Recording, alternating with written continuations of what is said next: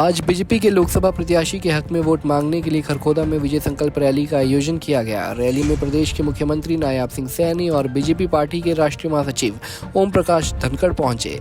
इस मौके पर मुख्यमंत्री ने कांग्रेस पार्टी पर जमकर कटाक्ष किया और कहा कि कांग्रेस राज्य में जमीन से लेकर पाताल तक घोटाले होते थे और कांग्रेस पार्टी मोदी के किए हुए कामों से परेशान है, इसीलिए सभी जगह झूठे वादे कर रही है। तो कांग्रेस को लगने लगा है कि भाई अब हमारी दाल गलने वाली नहीं है, अब तो झूठ का ही सहारा लिया जाए और तरह तरह के झूठ बोल करके लोगों को बरगलाने का काम कर रहे हैं।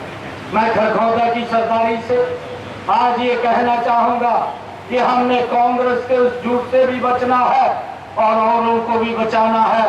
आज देश का जो नेतृत्व है वो नेतृत्व भी सही है, देश के हमारे नेता की नीति भी सही है, हमारे नेता की नीयत भी सही है। अगर हम कांग्रेस की तरफ देखें, ना उनकी नीति ठीक है ना उनकी नीयत सही है। नेतृत्व का तो आज तक पता नहीं है कि नेतृत्व कैसा है। स्वाही भाई राहुल गांधी पिछली बार अमेठी से चुनाव लड़ रहा था और वहां से बोलता था कि हमारी ये पैतृक सीट है, परंतु देश के लोगों ने मात्र 5 सालों के अंदर नरेंद्र मोदी जी के कार्य को देखा और जब उस कार्य को देखा तो राहुल गांधी को लगने लगा कि मैं अमेठी से नहीं जीत सकता और अमेठी से छोड़ करके वायनाड चला गया। और भाइयों, जब वायनाड के लोगों ने देखा कि यहाँ तो खाली घोषणाएं हैं, कोई काम नहीं करते हैं, भाइयों अब वायनाड भी छोड़ करके अब रायबरेली की तरफ बढ़ लिया। भाइयों भागने में लगे हुए हैं, सफाई कहीं नहीं है। और मैं आप लोगों से अपील करूंगा कि जब 25 मई को आप वोट करेंगे, ये देश वोट करेगा, 4 जून को रिजल्ट आएगा, ये कांग्रेस कहीं दिखाई नहीं देगी, ये तो भागी गई है, भागती हुई दिखाई दे रही है। भाइयों, ये देश का भला नहीं कर सकते, ये तो अगर भला करते हैं ये तो अपना ही भला करते हैं। इतने लंबे समय तक देश के ऊपर काबिज रहे हैं, देश के ऊपर शासन किया है। भाइयों, इन्होंने अब एक नया शगुफा छोड़ा है, ये राहुल गांधी समय समय के ऊपर छोड़ता है। मैं आपको बताना चाहता हूँ, हमारी बहन अलावा जी ये राजस्थान से आई है।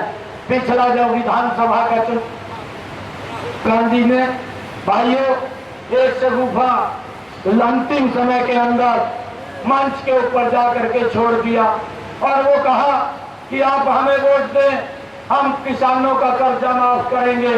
परंतु 5 साल किसी किसान का कर्जा माफ नहीं हुआ और उसका उल्टा दुष्परिणाम वो किसान को राजस्थान के भुगतना पड़ा।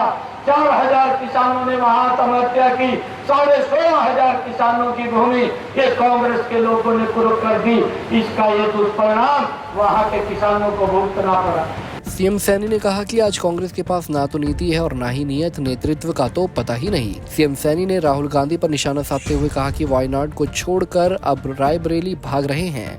कांग्रेस पार्टी सिर्फ भागने की राजनीति कर रही है। वहीं इस मौके पर सोनीपत लोकसभा सीट से बीजेपी उम्मीदवार मोहनलाल बडौली ने क्या कुछ कहा, सुनिए। आज पूरे देश में वातावरण बना कि अब की बार 400 पार, ये नारा एक बार सब लगाएंगे, अब की बार 400 पार, अब की बार 400 पार, अब की बार 400 पार।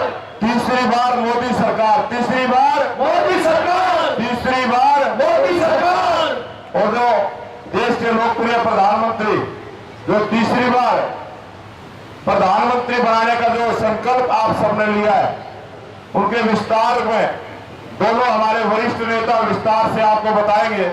मैं तो आपको इतना सा निवेदन करूंगा कि जो जिम्मेवारी हमारी राष्ट्रीय परिषद में हमारे देश के प्रधानमंत्री नरेंद्र मोदी जी ने दी थी कि मोदी जी की राम राम प्रत्येक घर तक जाए, प्रत्येक वोटर तक जाए, और जो भगवान श्री राम का मंदिर जो 500 वर्षों से दोनों पक्षों की सहमति से सर्वोच्च न्यायालय के द्वारा जो समाधान का रास्ता निकाला और भगवान श्री राम के मंदिर की प्राण प्रतिष्ठा 22 जनवरी को की, ऐसे प्रधानमंत्री नरेंद्र मोदी जी ने जो राम राम आपके लिए भेजी है, एक बार वो राम राम आप स्वीकार करेंगे।